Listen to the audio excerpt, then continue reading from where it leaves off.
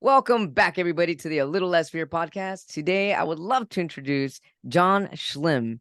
Is a Harvard-trained educator, artist, advocate, and international award-winning author of 25 books.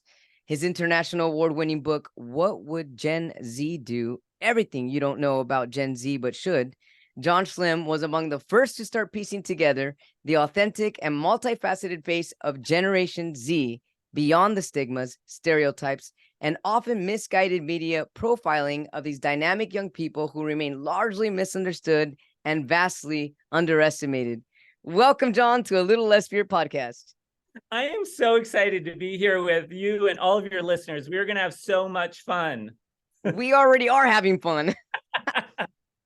I love this energy. I love this dynamic. Thanks so much for being on my show. So this is a show of personal growth. And I mean, there's all kinds of people, all walks of life that come in here. So just welcome. And thank you so much for coming onto this platform to educate the world about a topic I've never had on my podcast before. So before we get into the actual topic of Generation Z, what brought you to your current journey today and this passion that you have about this generation? Well, first of all, I'm so happy to be part of your show's mission of growth. Certainly, I have started to better understand as I, approach 52 years old, the whole concept of growth, but also, Gen Z, which we'll be talking about, is so much a part of the growth of our country right now and the world. So I love that you are out there talking about that concept. So many different things bring us all to the journey and to the point where we are in life. And, right now, I am just really having some of the best moments of my life. I'm getting to write the books I want to write. I'm getting to do the art I want to do. I'm getting to focus on the advocacy projects that I really want to work on. And as an educator, I'm finding different ways that I really enjoy to embrace that role. So it's, after several decades of climbing that mountain and exploring and figuring out who I am and what I want to do, I feel like I finally reached that great point. And it's just a stop. The mountain continues. Absolutely. And we keep heading on. But I just feel so fortunate to be at that point where everything I'm getting to do, I'm really just loving how I'm getting to do it. John, how did you get there? And how did you realize you were there? It's one of those things that I think you just instinctually know when you get there. And for me, I love practicing gratitude every day. And I know you're the same. I try to embrace gratitude for everything from the smallest things that I experience to the biggest, and even the challenges and the bad things I'm always grateful for because I'm learning something from them. And I think that comes from a life journey of just continuing to move forward. And no matter how bad it got at points, you know that you can still put one foot in front of another. And eventually you're going to get where you're supposed to be. And that's not always where we necessarily at first think we're meant to be. But, I just kept moving forward and knew that one day I would find my way as a writer, as an artist, as an advocate, and as an educator. And, in the last few years, when that moment finally came and I'm like, wow. And then it's like, okay, keep moving forward and let's see now what this grows into. John, was it the constant push or acceptance or allowance of practicing gratitude daily that brought you to this peak where you're at right now? Well, I think that was definitely a big part of it. And I think also just at some point along the way, learning that especially the bad things that we've experienced, whether it was bullying when I was younger, that I'm sure a lot of your listeners can relate to, or just the challenges of going through your 20s and figuring out, did I choose the right profession and where am I supposed to be? And you're just figuring out who you are. I think when you realize that all of those hard and even awful things really can be used as incredible tools to make ourselves stronger. Definitely. And look, it took me, into my 40s to fully realize, and I'm still continuing to fully realize just how we can use those bad things. And sometimes I think they're put in our way for a reason, and we can either see them as a stop sign, or as just a green light to keep on going and to learn something from them. And when you followed that green light and learning from these other things that maybe were mistakes or lessons learned, or however you want to describe it, did you find that doors started to open up for you a little easier? They did. I think that is always an ongoing challenge, because, sometimes we think like, okay, if we just think it hard enough and long enough, the doors will start popping open. Sure. And sometimes they do. And here's the thing, sometimes it's not the door you thought would open, it's another one. And, which leads us to being really open-minded. And I have tried, and that's another daily journey, just to keep opening our minds, because, I know from experience, and I'm sure you and your listeners do as well, we can get to a point where we think, oh, we are so open-minded. No, that's far from the truth. Right. If we're really honest with ourselves, there's still work to do. And it's not about judging ourselves. It's just about realizing that that's also a lifelong journey. And, the other thing that's been so important to my journey is the concept of forgiveness. Oh, and huge. Huge. And I mean, maybe the hugest, because, there's always going to be suffering in this life, right? Absolutely. That's just baked in from the minute we're born. There's going to be suffering, and there's always going to be someone who has hurt us and someone who we've hurt, and likely lots of people in both directions. So the sooner we can learn to forgive others, and it's not easy, right? If it were easy, it'd be meaningless. Sometimes it takes years of work, hard work, to forgive. But once we understand forgiveness needs to be that first step, and not just forgiveness of others, but also forgiving ourselves for things that we've done, that is such a weight lifted off of our shoulders. So maybe forgiveness, above everything we've just talked about, has really been the most important part, because nothing clears the way like forgiving. And oftentimes I think people get stuck in this mindset of, well, I don't want to forgive, clench fists. I don't want to forgive because that's letting someone off the hook. And it's like, that's not true. Sure, it absolutely is a gift you're giving to that person, but it's also a bigger gift you're giving to yourself. You know what I'm thinking as you said that also, if you don't forgive yourself, you're also in a state of a victim consciousness, like a victim mentality.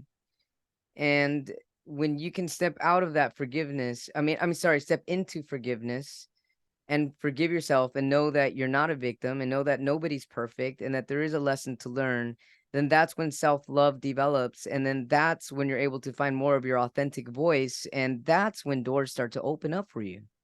Yes.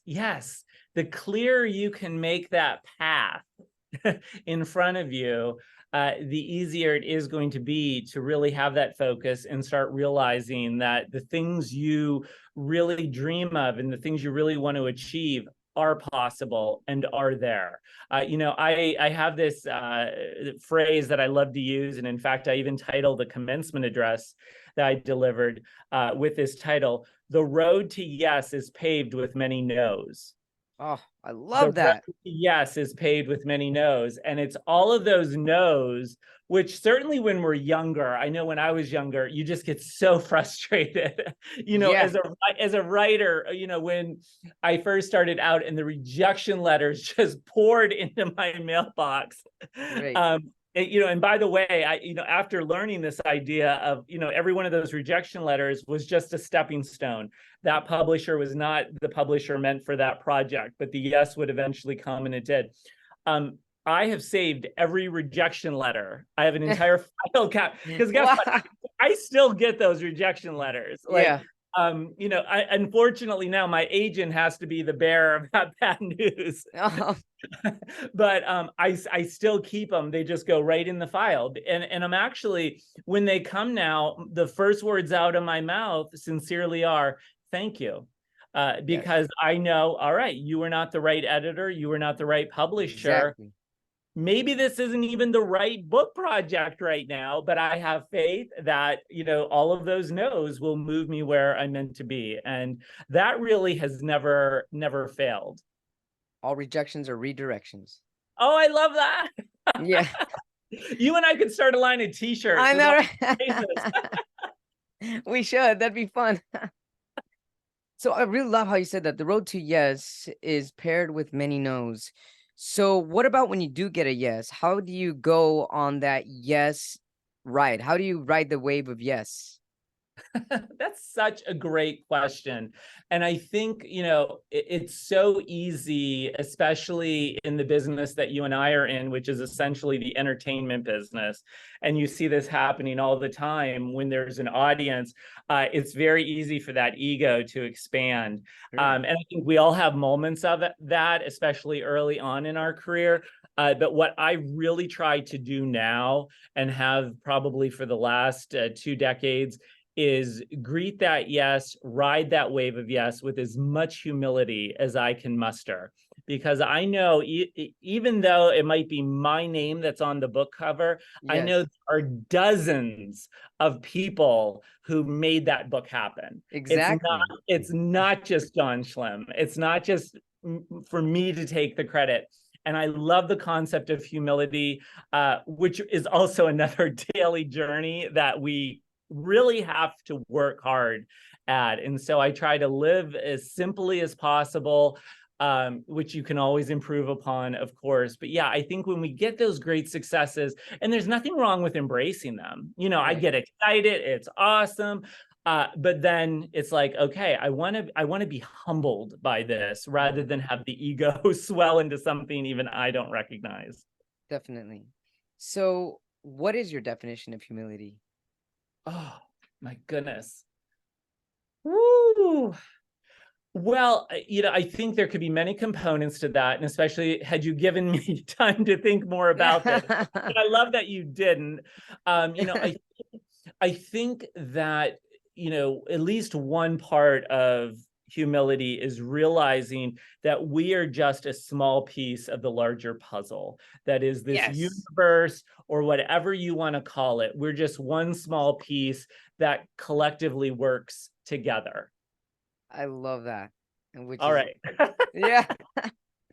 Which is we all are the collective, and we are all one, and it just takes a multi piece of us to be working together to create harmony together in something that we're co-creating.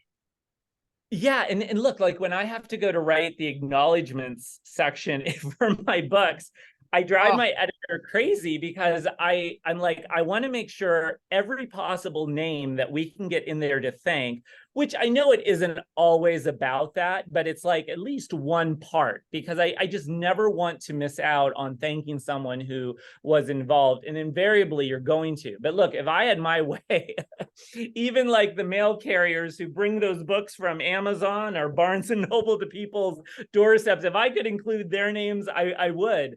You just can't. But I think that's where humility comes in. And as long as you know that, you're doing your best, but you're still this small piece of the puzzle, I think you're at least moving the collective a step forward.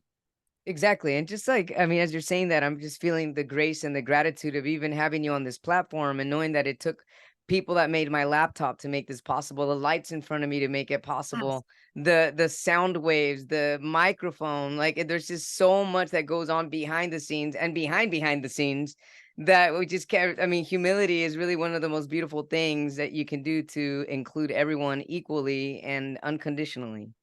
And you know what? One of the first moments that was really put right in front of me, that we're just this small piece and we have to really think of who all is involved in everything. When I was a grad student at Harvard, Thich Nhat Hanh, who you may be familiar with, a Buddhist monk. And if your listeners aren't, check him out. He's very cool. He has since passed away, but very cool. He visited the university. And one of the things he talked about was eating an orange. So an orange that, and you can pop in apple, banana, whatever you want. Yeah. Lollipop, I don't know. But orange. And he said, think of this orange. And he actually had an orange. And he's like, think of, the people who just brought it to me today where I am, on the grounds of this university, but think about who handled it in the store, who brought it to the store, Who picked it? all the way back to who put that seed in the ground. Yeah. Yes. And, and where did that seed come from that got into that hand of the person who put it in the, so when it was just light bulb, when he said that. And so, I really have to credit him with giving me that first visual of thinking that, no, it's not just us. No, never. We like sometimes I think it's just us. It's not. Right. And it almost becomes a fun game to start creating that chain back to the beginning with anything, with absolutely anything. And that is definitely a true damn good reason to be in humility and be definitely. I love that. So Gen Z. Yes. I'm certain that there's listeners that don't know much about Gen Z. So who is Gen Z? What is Gen Z? Let's start there. So I'll start with this teaser. Everything we have talked about, I was pretty much already working on when I came across the first wave of Gen Zers in my classroom about 7 years ago. But in those 7 years, they took all of that in addition to so much more and just amped up the level of what I have learned about life, about this world that we live in. They, until my dying day, which I hope is very long from now, they will be among the greatest teachers I have ever had in this life. I love this. Because they get so much of this on a level that no generation before them has gotten at that age. But, to break it down, so Generation Z, that's anyone who was born between 1997 and 2012. So this year, 2023, it's anyone age 11 to 26. Oh, wow. And when you think about that, what an incredible moment in a generation to have a generation spanning elementary school to the first years of being in the workforce. Yes. For any generation, that's extraordinary. When you think one end to the other, I first crossed paths with them when they were first getting into college. And I'm sure years earlier, I also crossed paths, but they didn't have a name yet. Sure. Right now as you're saying this, I totally had a misconception of who Gen Z was. And thank you for clarifying that for myself, even ages 11 to 26 years old. So what I find interesting and fascinating about this age group, see, I think I had my first computer when I was maybe in my early 20s. And my first printer was like a dot matrix. It was so slow. And like maybe one page a minute, maybe, and it... Oh my goodness. And it just seems that this generation is growing up with a whole different world in a whole different dimension. And it just feels like this age group, 11 to 26, and even knowing some of my niece and nephews, they're around that age. And it just feels that they are so readily available with knowledge that I didn't, no way that I have back then. And I'm not just talking about technological knowledge. I'm also talking about generational knowledge and even vocabulary words that I never used back when I was their age. And just the fact that some of them can understand concepts that there's no way I would have understood at that age. And they understand it so fast and so easily. Yes. And, I think there are so many misconceptions about them, which I, have worked really hard the last 7 years and will continue to work on trying to clear up and trying to introduce a generation to, older adults. But yeah, you're absolutely right. And look, when I first met them, so we'll go back 7 years on the university campus where I was teaching at the time, I had 2 classes of freshmen and first year students. And I had never heard the term Gen Z before, but even just in the first 1 to 2 weeks, I knew there was something a little bit different about this generation. But I thought we were still in the land of the millennials. And look, I loved millennials. I was, a fan of theirs. I don't think any generation has been as stereotyped and as bashed and made fun of as the millennials. So, and I've tried to clear up those misperceptions as much as I could as well. But I even commented to my colleagues, I'm like, there's just something a little bit different about this group of first-year students. And they were all like, oh, yeah. So then one day in class, I referred to them as millennials, as a matter of fact, not in a negative way. And they were all like, like in unison, like, woo, bam. And I was like, whoa, like, first of all, okay, I was on to something. And second of all, what is this amazing universe then that is forming before my very eyes? And so I said, well, who or what are you then? Right. And they said, we're Generation Z. And I'm like, okay. And I'm like, you know what? I'm going to spend the next couple months of this semester figuring out what that means. And as soon as the first discussions started happening in class, essays started being turned in, presentations started happening, that's when there was just this immediate click. And I knew the honesty and courage with which they spoke, especially about their mental health challenges, completely blew me away. I've never seen that before.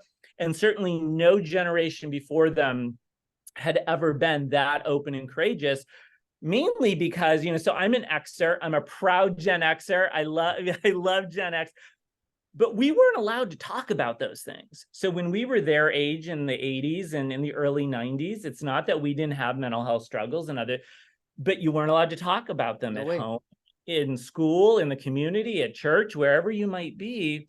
In fact, I don't even think in the 80s I heard the word anxiety. And maybe depression, and certainly suicide if it was brought up, or someone in the community died by very hush hush. And you're like, well, what happened? And so to see these young people speak so openly, I just instantly became their number one fan. And I'm like, you guys, do you realize that by just speaking aloud words like anxiety, depression, suicide, I need help, it is already the biggest gift you as a generation have given to the world. And it is already the largest leap forward the world has ever seen in mental health awareness and advocacy. And they were just like, really? Because this is just every day to them, which I just love. So it was almost instantaneous that I became their number one fan. Question here. This Generation Z that you're speaking of, this openness, is this mostly seen in the United States, or are you seeing this around the world? Well, that is a really great question. And, to be perfectly honest, I don't really know, because my work for the most part has been focused here in the United States, and I'm only 6-7 years into it. But, what I started to do, because, I think as an advocate, and in that word, as well as activist, they get thrown around. Everybody's an advocate. Everybody's an activist. Yeah. And then as a result, gives it all a bad name, no matter what side you're coming from. For me, I really think being an advocate for young people, being a mental health advocate, means I've got to continue to stay on my game and learn as much as I can. And so as I, not only in my classroom and here locally, but as I have traveled the country during the last several years, whether it's been on book tour or for art installations, or I've just been invited to do whatever I've been invited to do, I always say to whoever's organizing my trip, I'm happy to come and do whatever you've invited me for, of course, but while I'm on the ground in your town or city, please find me a group of Gen Zers to sit down with if I'm not already, and please find me mental health experts to sit down with, because nothing substitutes sitting down with people who are experts or people who are living and going through what you are interested in. Sure. So as a result, I have sat down with, thousands of Gen Zers across the country, and health experts from elementary school psychologists to, top mental health officials in the state, because I asked. And I continue to do that as much as I can, because I think it's important to really continue to learn about whatever it is we're trying to make a difference with. Especially because you see their evolution, and you've seen what a head start that they have compared to all the other generations before them. Yeah, and to your question actually about internationally, so that has been my experience nationally. But what has been interesting, since What Would Gen Z Do came out, the foreign language rights have been sold in Spanish. So a Spanish edition is going to be coming out, as well as an edition in Vietnam, which I thought was so interesting. So, Yes. clearly something, in the Spanish language world, which is huge, but also in Vietnam, something about this book spoke to those publishers. So I'm hoping that, as those books get out into the world, and hopefully more foreign language versions will also go, I will start to learn more about what Gen Zers are like in other cultures. I love this. It sounds like it's on its way there. So you spoke of earlier, you said the word misconceptions. What Yeah. are some of these misconceptions of Generation Z?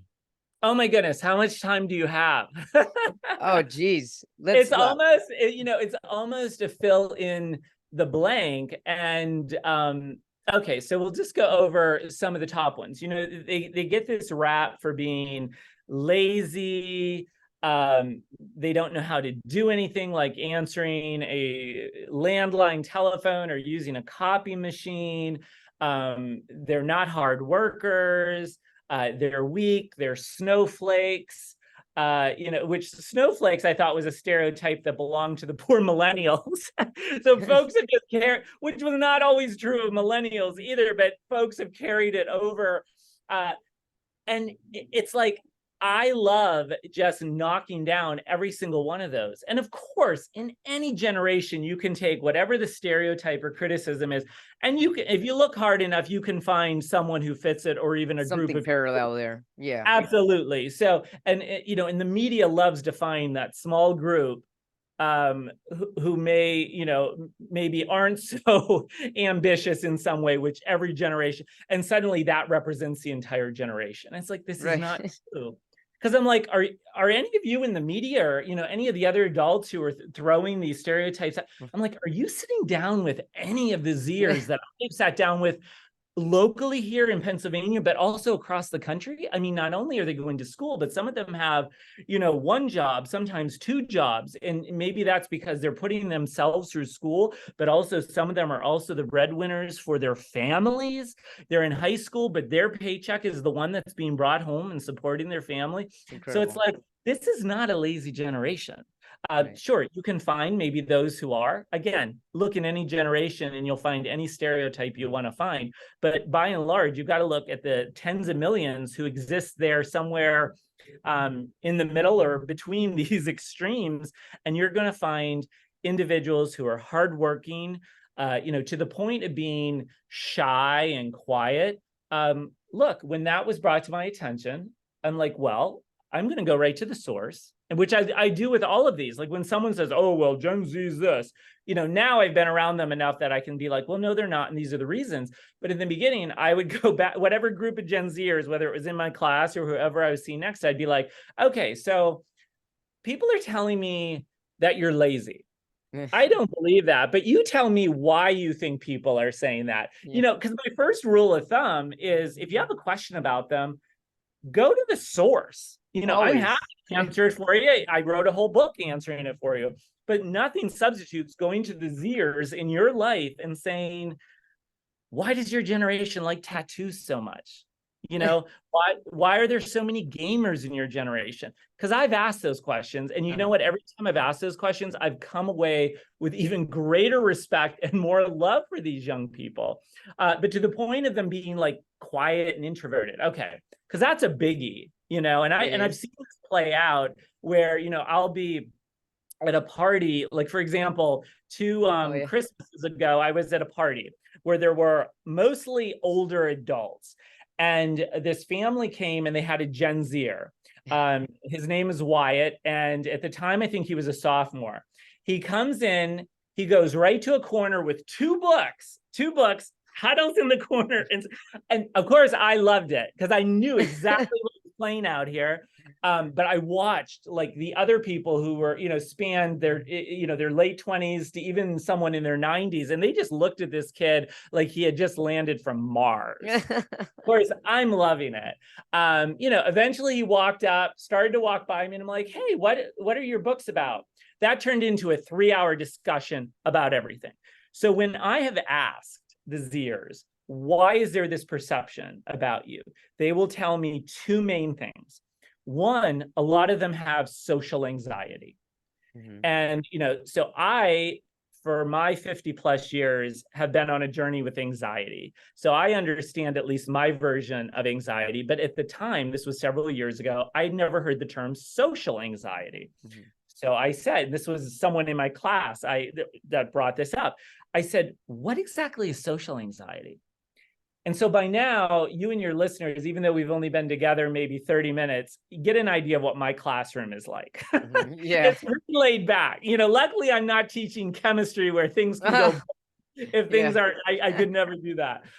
So one of the students said, John, even in your class, what that means is there are several of us who would not get up and walk across the back of the room to throw out something into the garbage can because we would have this fear of people looking at us and judging us. Even though it may be the most irrational, like no one's going to do that, they have that fear. That was powerful. The other thing that they told me, the other reason why they tend to be so quiet is because of the heavily divisive culture we currently live in every direction, right? So many of them are afraid to be the first to talk because they are so afraid that they will accidentally say the wrong thing. And suddenly you utter that wrong syllable, that wrong word, even accidentally, you're canceled, you're this, you're that, So, wow. So, what that has taught me, and I tell others, is sometimes we have to be the first ones to approach them, which doesn't hurt us, Right. And if we're afraid to do that, we may need to check in with our own social anxiety. Oh, yeah, definitely. Again, these are not like Martians from outer space. They're not wild animals that you need to approach cautiously in the wilderness. And I guarantee if you go up and say, oh, cool tattoo, what inspired you to get it? Or, of course, I'm talking come from a place of non-judgment, even if you think it's weird. And I tend to love weird. So, why is your hair blue? That conversation will go on for as long as you want it to go on and in a million different directions. And it will be they will be some of the greatest conversations you'll ever have. I can definitely see that. But I'm wondering though, the whole social anxiety you were talking about, but what's causing their social anxiety? Are they aware of that? Well, I think here's one of the things that I have really learned, and I even write about it in the book, is we cannot be afraid to say, I don't know. I don't know what the answer to that is. And, in the book, I really talk about that in response to the rate of suicides in this generation, because this generation has a higher suicide rate of any generation in history, yet they are more open and courageous about their mental health struggles. And, I actually had my best friend, I think he was just tired of me always like going on about Gen Z. And one day he was like, okay, you are constantly saying how open and courageous these young people are, then why about their mental health, and why do they have the highest suicide rate? And at first it was like a gut punch, because I'm like, oh, wow. And it really is a great question. It is. But both of those things can be true, which isn't always the case when we're asked a complicated question like that. But I'm like, both of those things can be true. And I'm comfortable in saying I don't have the answer, but I'm continuing to pursue the answer with every Gen Zer I talk to. And I think in terms of the social anxiety, there's no shortage of the research and the studies, and and a lot of times, and we need those. We all need to be lab rats at some time or another. This is one way we learn about each other. But sometimes when I see these studies, I kind of wonder, again, who are the Gen Zers you talk to? Because of the thousands I've talked to, it doesn't really line up in quite the same way. Albeit I'm not really being scientific, I'm more anecdotal on the street, but still, thousands of Gen Zers are still thousands of, it's a good sample. The social anxiety, I really do not have a complete answer for. But what I would encourage you and your listeners to do, ask that question of Gen Zers, because I think you're going to get answers you never expected. A lot of answers may be the same. I think it could fall in that category of, them not wanting to say or do the wrong thing because of the moment we're living in. I think there could be a lot of answers to that question. So I would really encourage people to ask the Zers, because I continue to ask them. And, in this age range of 11 to 26, we have to, and I have to keep doing this to myself. Yes, they're a generation, but they are all individuals. That 26-year-old Gen Zer is not going to necessarily be like the 11-year-old Gen Zer. Oh, No no way. So you really have to take that into account as well. Right. That from one end of that generation to another, you're also going to see changes, because that's like a decade and a half apart. Sure is. Yeah, I find it challenging, and I find that as you're saying this, I'm feeling that technology is also going to be the instigator to a lot of people's social anxiety. And I mean, it's like everything is online. Everything's on the palm of your hand.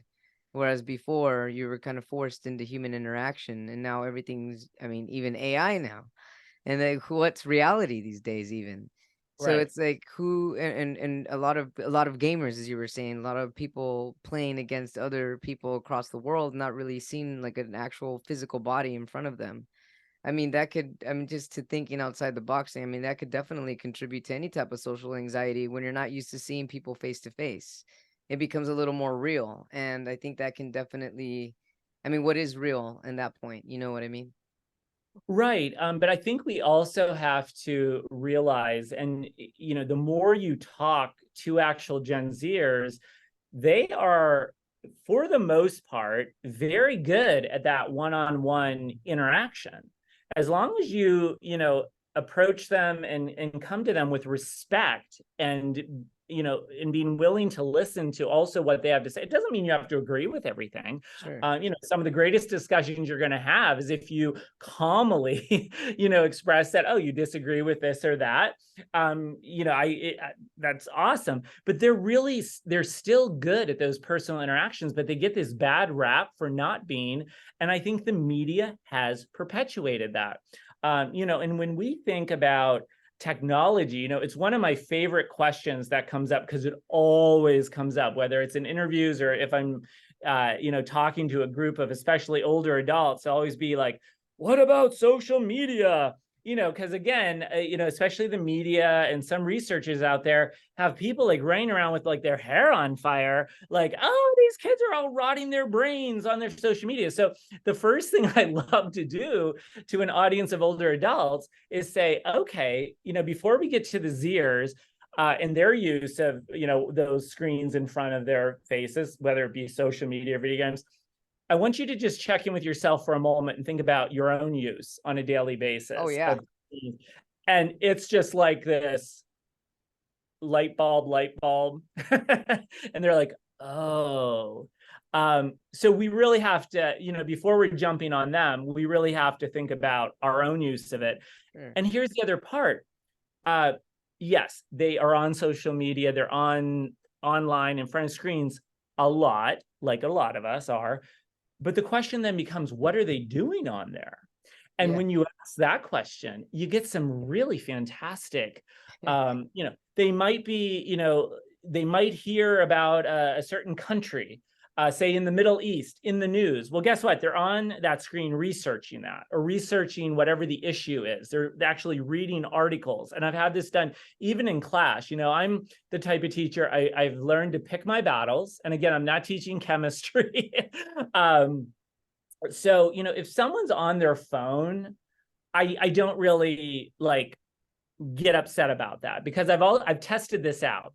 They might be on their phone. If I call on them, they will answer whatever question or respond to whatever was being talked about. And so I did that a little bit as an experiment in the beginning. So they're incredible multitaskers in that way. But I've also learned that if we're talking about a certain topic in class, most of the time they're on their phone trying to get more information in real time, like on that issue. So before you jump to conclusions, maybe ask them, well, what exactly are you doing on there? And a lot of times it's also, when they're talking to friends or to others, it's their help. Maybe that friend is going through a hard time and they're offering advice or comfort. So when it comes to Gen Z or the rest of us, we've got to get in our minds not to assume what is going on and not to like pay too much attention to what we hear in the media. One thing I've noticed about Gen Z is they're incredible troubleshooting. Yes, yes. Yeah. And the gamers, so video gamers, really exemplify a lot of what we're talking about when it comes to screen time and because they, if any subgroup within a generation gets a stereotype, the video gamers from the beginning of time, it's like, well, since the beginning of like Atari, which is what I grew up with, Atari and Pac-Man, there's the stereotype of the gamer in their parents' basement that's dark and 24/7, and they're, eating chips and drinking soda and rotting their brain. And again, I'm sure you can find that person out there. And I would love to have a conversation with that. Like, that would make me really curious to talk to those people. But, the gamers I've taught, and I'm so not a gamer. I always tell gamers, if you want to beat someone every time, ask me to play with you. But I'm fascinated by it. And so the more I've talked to Gen Z gamers, the more they have taught me the amount of skill that goes into playing these games, and not only skills they already have, but the skills they're learning. So when we, throw around terms like social emotional learning, critical thinking, strategic thinking, communication skills, even the visual graphics, they're cultivating that in these video games. And also, I hope, having fun, because we all still have to have fun. And video game, it's a game. And I'm backed up on this by, major corporations as well as the US military, both of which in recent years have started actively recruiting video gamers, especially from like millennials and Gen Z, because they understand the skills. And these are skills that the military and these corporations need moving into the future. So this is the point where the gamers are starting to win the public perception game. And I'm happy to like help them out on that, because I think it's just fantastic. If you were to use your imagination, thanks for sharing all that. I totally agree with you. It is fantastic. It really is. If you were to use your imagination, John, and picture Gen Z when they're in their 50s and 60s, what do you think the world is going to be like? Oh boy, like that is the $1 trillion question for any of us. What do you imagine? Okay, so that would put me in probably my 80s or 90s. And I am still going to hopefully be sitting down and talking with groups of them. I think I will, my respect and admiration for them will just continue to grow. I think that they ultimately are bringing more good to the world than not. And I think that we need to just work a little harder as older adults at trying to better understand them. And again, it does not mean letting them just have their way with everything. It means we need to realize there's a lot we can learn from them, but there's also a lot they can learn from us. And, to all the older adults out there who are listening right now, trust me when I say, every time I am talking with a group of Gen Zers and we're talking about different generations, I am always encouraging them to engage in conversations with older adults, because, I want them to better understand who those older adults are, even if sometimes those older adults in their life can be frustrating. And look, Gen Z especially adores their grandparents. And I think most of their grandparents would be in that baby boomer and maybe next up generation. So to all the grandparents out there listening, whatever you're doing, please keep doing it. Like, you're rock stars and your grandkids, to the point that when something bad happens to you, it has an almost paralyzing effect on these young people. I talked to one young man who he failed an entire junior year in high school because he lost a grandparent, and he just could not wrap his mind around that. And, and almost to a Gen Zer, when I bring this up, they adore their grandparents, parents, that will always be a little more of a challenging dynamic, and most parents of Gen Zers are my generation, Gen X. So, so what they've done, in addition to giving me a front row seat to their generation, they've opened up a window into my generation to see, wow, in what ways we're still kind of messed up, in what ways we've really advanced, and just kind of the work that we need to continue to do moving forward. But I like to think that they have such beautiful hearts at the end of the day, and they understand compassion on such an extraordinary level that I think when they're my age, when they're in their 50s, I think the world will be a better place for them having been here, no matter what's going to still be getting thrown at them. And I'm sure it's going to be a lot. I have definitely noticed that. I've noticed that Gen Z, their hearts are a lot more open, I mean, than my heart was at that age, that's for sure. I mean, yeah, and one of the assignments that I would often have my students do, and it's also, so at the end of Gen Z, I wanted what would Gen Z do? I wanted the book to be interactive. And, the book is not for Gen Zers, it's for everyone older than Gen Z, who lives with Gen Zers, works with Gen Zers, parents, teachers, employers.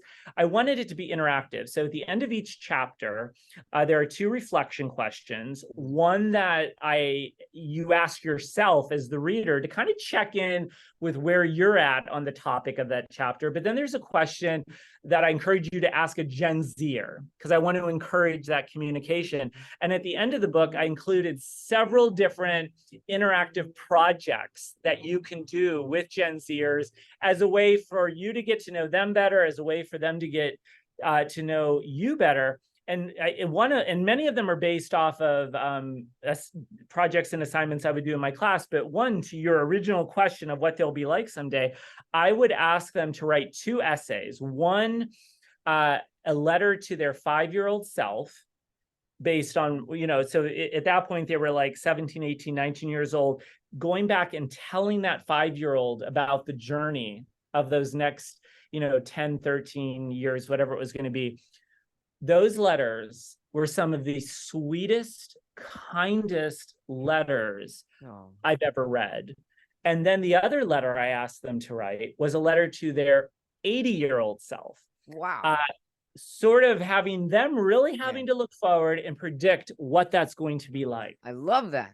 And again, I'll tell you what, I wasn't even halfway through the first letter and I'm in tears of joy, tears of sorrow. I mean, this is a generation that will simultaneously fill your heart and break it. But at the end of the day, you come away loving them more and more and more. But, when I read these letters of, how they foresee the next 60 years of their life, they understood there's going to be challenges. They understood, that they might be going from job to job to job to find, where they belong in this world. They, many of them hope to have families, but it was all, for the most part, with optimism. Now, if you turn on the news, you would think this generation is hopeless, the most pessimistic, and it's not true. So, maybe don't believe everything you hear on TV, even in commercials and on TV shows now. When I see the way Gen Zers are portrayed, I'm like, they're really just perpetuating some ugly stereotypes. But you know what? I'm going to always be there to knock those stereotypes right down. And I love that you wrote a book about this to break down those misconceptions. I love that you're doing this to educate the world. Really, John, that's really incredible. Thank you for doing what you've done. Oh, well, you're welcome. And, it is just my pleasure. And, the chapters in the book are all about what Gen Zers across this country have told me that they want the world to know about them. So I am merely just being a messenger for them. This book is very much a love letter to a generation. But right up front, I say no one person can be an expert on an entire generation. But I can certainly, paint as bright a picture and sometimes dark as I possibly can in conveying who these young people truly are and how you can just start to have a relationship or a renewed relationship with the young people in your life. I love this, John. Thanks so much for sharing. This has been really enlightening and encouraging, motivating. I really appreciate you sharing your entire journey and just where you're at today. Where can our viewers, our watchers, and our listeners get your book and find you? If you have a website, how can we get a hold of you? Well, the book is available wherever books are sold. So wherever you love to get your books, we love independent bookstores, but we also still love Amazon and Barnes and Noble. And so whatever your bookstore jam is, please go there, including libraries. I love libraries. So if your library doesn't have it, please encourage them to get it, because we've got to keep our libraries in business as well. And as far as I go, people can go to my website, which is johnschlimm.com. That's John, John, Schlimm, SCHLIMM.com. And all my social media links are also there. And I love connecting with people over social media. So come find me and let me know what you think of the book. John Schlimm, everybody, on A Little Less Fear podcast. Thanks so much. It's been an honor connecting with you and sharing your incredible wisdom light here with the world. Thank you so much. Oh, well, you are most welcome. And thank you for everything you do. You are such a rock star, and I am such a fan of yours. Hey, it takes one to know one. No ego here, right? I know, right? We'll practice our humility. Exactly. Thank you, John. You're welcome.